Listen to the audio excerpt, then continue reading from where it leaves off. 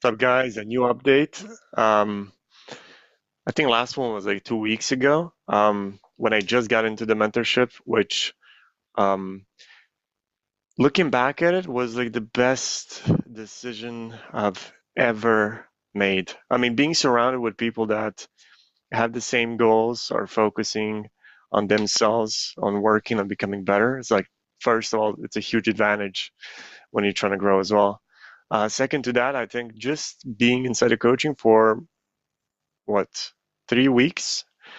I've learned so much. I've made so many connections. I've stepped out of my comfort zone, and I'm officially a closer on 3 offers now.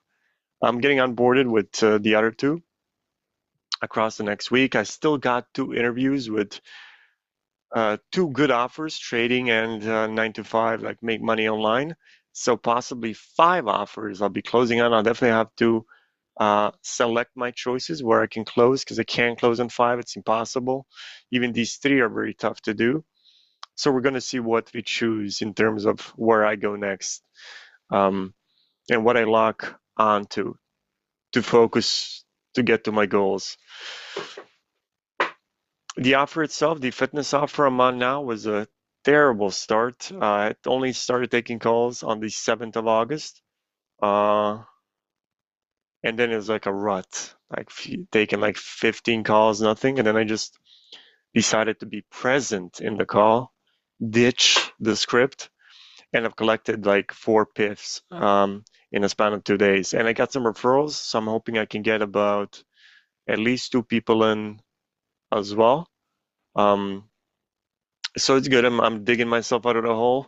There's still time to go in this month on that offer, and then these other offers as well, like start stacking up capital across the board. Biggest takeaways from being inside of coaching on that impact, kind of what I've been able to implement, is discovery. I mean, you have to have a rock solid discovery with, the questions you ask and how dig you deep into the pain that prospect's kind of giving you. Uh, that's a big thing, and I think the flow chart I got, which I mean, it's all kind of taken, it's all kind of taken here.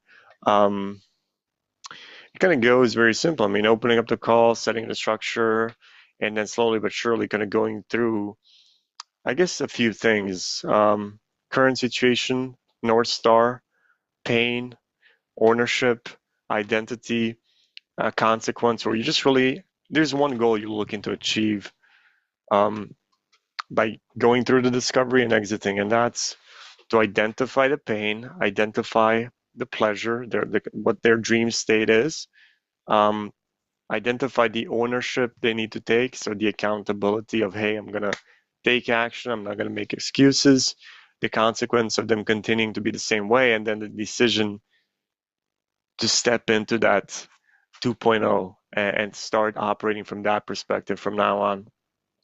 Then the pitch, like you go through the pitch ASAP, and then from the pitch, basically just into the price and the objections. So yeah, it's crazy these 3 weeks to go from confused on one offer, not really sure what's supposed to be done, to now having 3 offers, 2 more in the making, practicing everyday role playing. I know success is inevitable. You just have to continue putting in the work because that's the trick, that's the magic formula that a lot of people overlook, or underestimate. But that's what it takes to be successful. And I'm very, very excited to take it from here, to make myself be the best version I can and do whatever it takes to put myself and my family in the best possible position to have all the things we want. Um, and it feels so fun as well. Like all this learning, all this practicing role playing, being uncomfortable, and putting myself in uncomfortable positions. It's just there to make you grow and become a better person with everything across the board.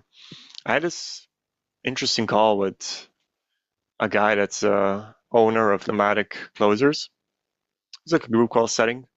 Uh, The first portion of it was he was sort of like 10, 15 of us. He was reviewing our looms. Loom is a video you send to a business owner for them to see who you are, and off of that, maybe give you an opportunity to get on a call and see if it's a good fit.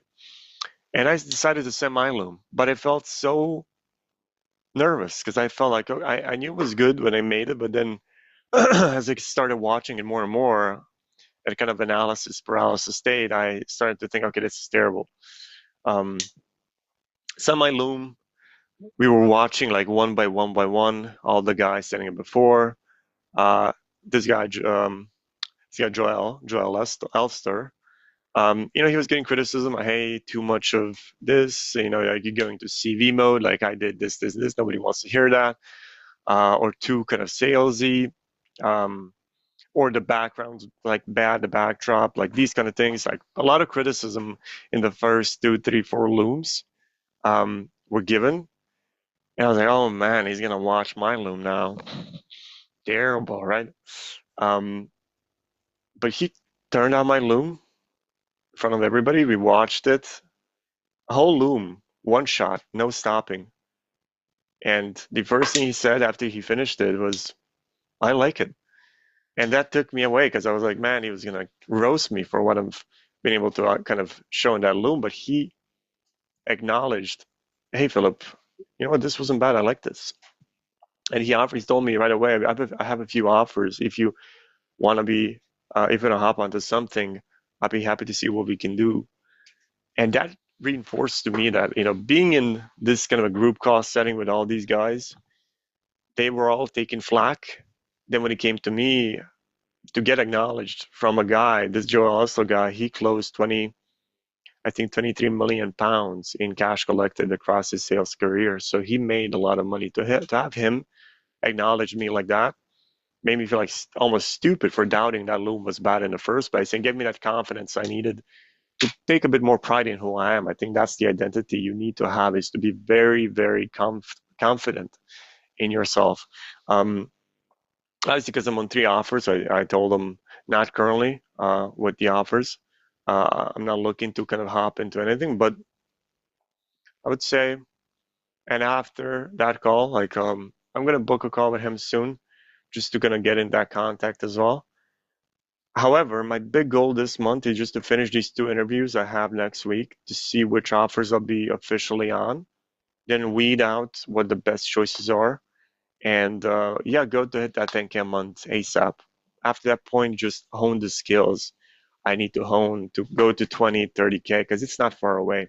I've been watching some calls of the guys hitting 20, 30K on their offers, and it's not a far cry. It's just about consciousness in terms of a call, acknowledging the ownership into the prospect, and catching that kind of wishful language and correcting that. It's really not rocket science. It's just talking to somebody and keeping them accountable to be the greatest version they can be. So whatever it takes, that's kind of what you do. I would say that's what's happening. That's kind of TLDR. um, I continue role playing. I continue putting myself in uncomfortable positions. I want to work on myself more. So when I show up in these calls, sales calls or any different calls, I am at a state of excellence. Almost like, sure, what's a good example? I guess maybe with basketball, for example. When you play and practice every day, when you step on a court, you have that internal confidence. Like, I know I can hit that shot because you've shot it a million times before. Just honing that. So every call I step on, because this was on that Joel Elster's call with a few people around, he asked who here is confident they can take a prospect through a future dream state and a consequent state the best possible way. And everybody was silent. And then I opened my mouth. I said, I think I can. I'm pretty confident I will be able to do it. And he told me, I don't like that language. We say you think you can. You either can or you cannot. And that language came purely from just confidence. Because truth be told, me being on that kind of a group call setting made me anxious, nervous, self-conscious.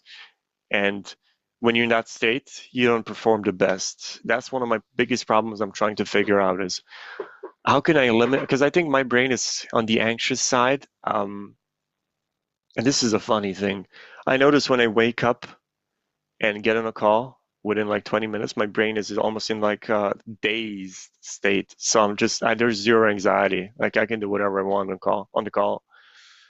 However, when my, I guess, nervous system is over, and it is, I think, overreacting sometimes, it can cause some nerves, and then that can trickle down in me talking quick, uh, fumbling the route I'm wanting to take the call, which is be in that Zen state. Like, hey man, welcome to the call. How's it going? Cool, man. So I see you booked in a time today to get to possibly get into 9 to 5, to possibly get into e-commerce uh, from your 9 to 5. Is that correct? Sure. Well, what got you interested in booking a call today? Have that confidence um, and deliver that on these calls. A lot to work on, but I'm excited for that. It's a skill, and this skill has so far given me a lot of good things. And I know I'm only a few steps away from taking this skill and making it a 20, 30K a month producer of income. So on that note, well, there's not much to be said except I'm going to do it. I'm going to make it happen. Thank you for the video, or I guess watching the video, and see you in the next one. Bye.